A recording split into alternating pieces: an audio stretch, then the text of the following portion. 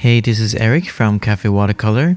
Thank you for joining me in this new painting video. So it is Chinese New Year and this year is Year of Mouse. So I thought to do a painting of a little mouse. It'll also be an interesting exercise to paint something a little bit small. So we start out with a nice loose drawing for the painting.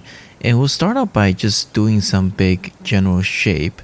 It is always important to get the big general shape down before you move into any of the detail. So I get the big shape of the head and the body, and I start to draw the ear and the eye. And one thing that's kind of important is that you want to make sure the alignment is correct. And one way you can do that is by using the feature as the reference. So the eye and the ear, they should be lining up the same. They should be parallel. Now, a little mouse is a lot more simple than doing a human head, so this is relatively easy.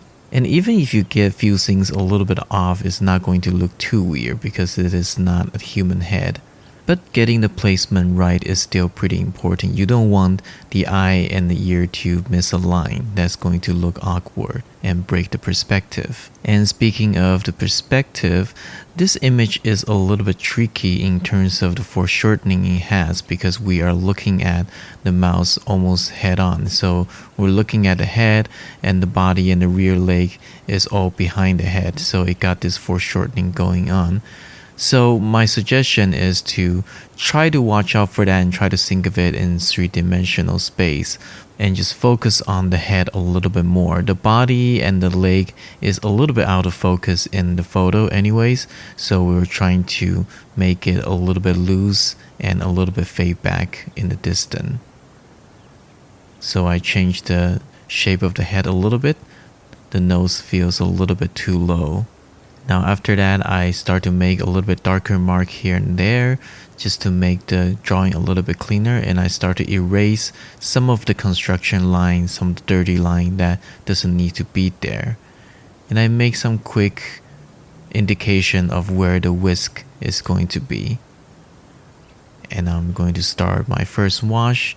So I am going to pre-mix a little bit of color, and I only mix a little bit because I'm still going to mix most of the color on the fly. But this serves as a reference for me to mix warm and cool colors. So as you can see, I got two mixing area. One is for warm color, one is for cool color.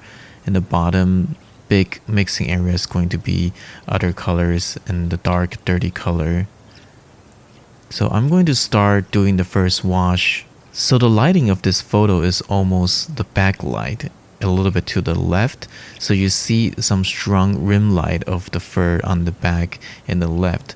The face is almost completely in the shadow. So the first wash, we are actually just painting the shadow value, but pretty similar to the skin tone video from last week. Even though we are painting the shadow value, doesn't mean you paint it very, very dark. Still keep it transparent. It's just a little bit darker, a little bit more opaque than pure white. So a little bit of warm gray for the first wash and leave out the highlight. You can always go back and add more values later. So I'm doing a little bit of wet on wet while the wash is still wet, adding a little bit of cerulean blue and other colors. This will make the color look more interesting and vibrant and also give me a step ahead.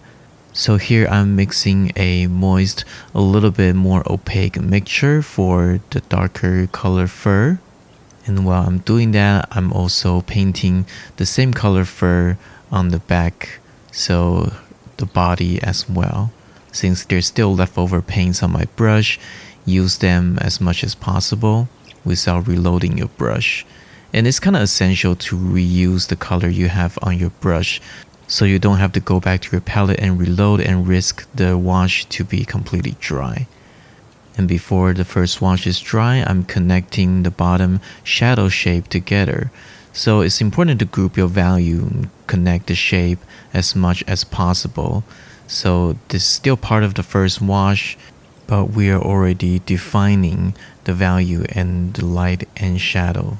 Now I'm mixing a little bit of a reddish orange color, a little bit more to the red side, and start to paint the ear. Now the ear is pretty transparent, so don't use any color that's too opaque, especially for the first wash. Get a little bit hints of the red color, like the bloodstream underneath the skin. So the first wash right now is in the damp stage, and I think it's a good time for me to stop, let it dry, and to start doing the second wash. So I use hair dryer to blow it dry. It's pretty important that you need to know when you should be stopping and not overworking. When your wash is dry past a certain point, it's better for you to just leave it alone and let it dry before you work on it again.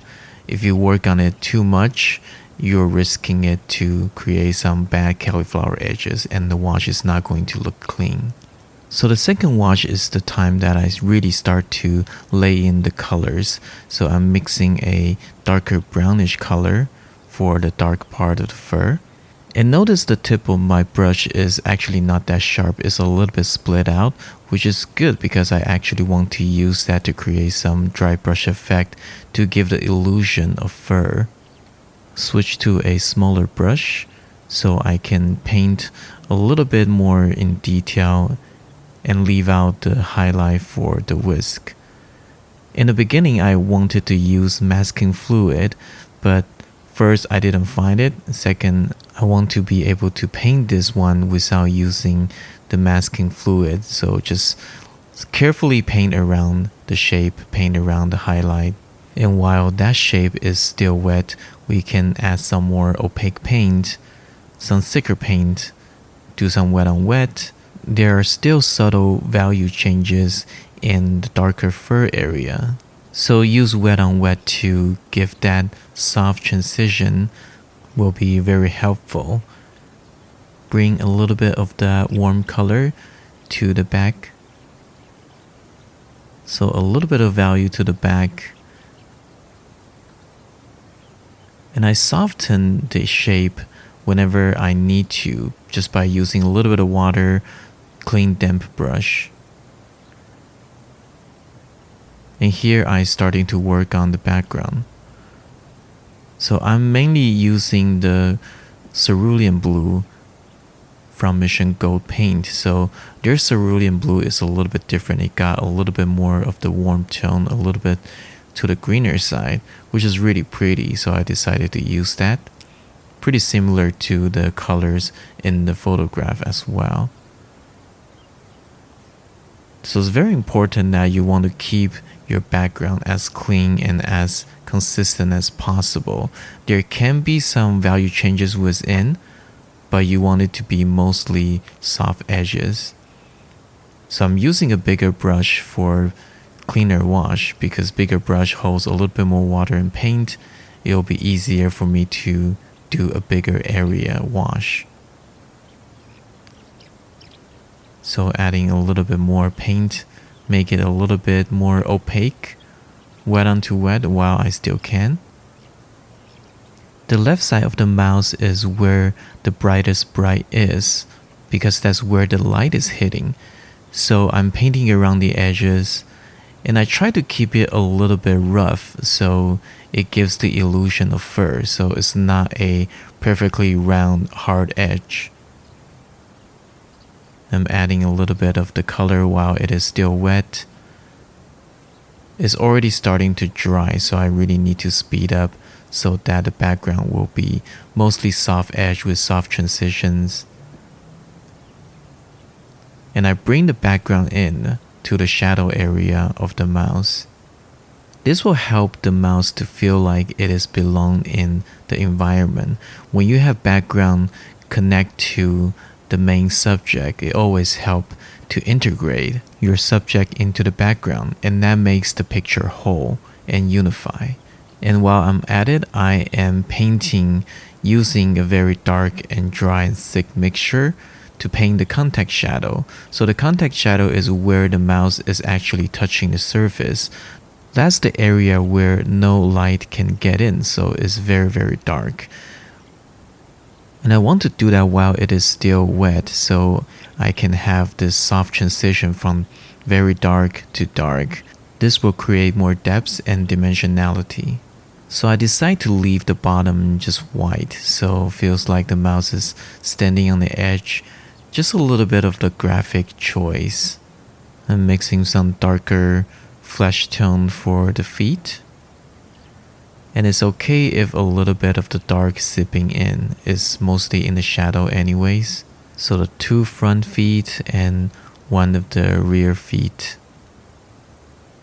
And again, we soften the edges as needed. So most of the translations I see is ear of rat rather than ear of mouse. And I don't know why do they choose rat over mouse. It just doesn't sound very cute. I mean, you want to say Mickey Mouse, not Mickey Rat. It just doesn't sound right. And also nobody's gonna tell you to move your rat to a specific area and double click, right? It just doesn't sound good. So I'm just gonna say it is the ear of mouse. It's a lot cuter. And I'm pretty sure painting this cute little mouse is more fun than painting a big rat. Okay, so I'm starting to work on the features, so I'm using almost pure neutral tint for the eye. So I'm using the tip of my brush to paint the eye and leave out a little bit of a random highlight. The eye is reflective, so make sure you leave some highlight out. And I also soften a little bit of the edge in the eye with a clean damp brush, so it doesn't look that harsh. Now I'm darkening the shadow underneath the mouse head. So this is going to push the depths a little bit more to pull the head forward a little bit more. So in this case, this dark value is going to help the head to pop forward. And that's another reason why I connect the background color to the shadow. Because when you have the shadow shape integrated with the background, that's going to unify them into the same background. So when people see that, their mind will associate the background and the shadow shape. So the head, since they are not part of the background, and the shadow is going to get separated. So here I'm just grabbing a little bit of leftover dirty warm gray and add a little bit of detail.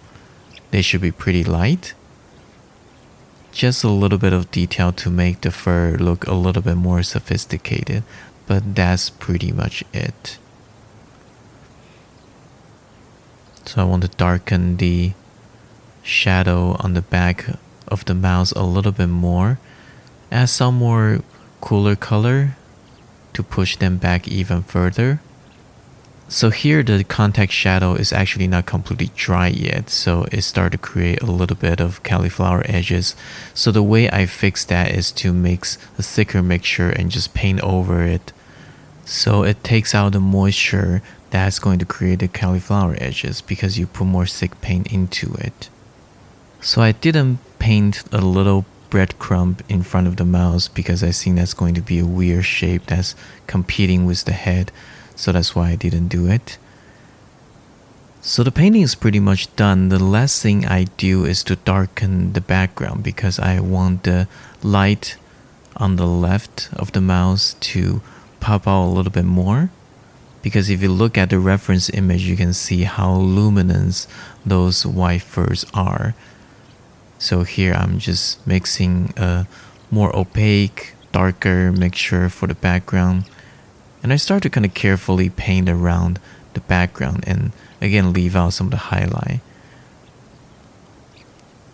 And while I do that, I'm softening some of the edges from the background just to give it a little bit of the soft edge.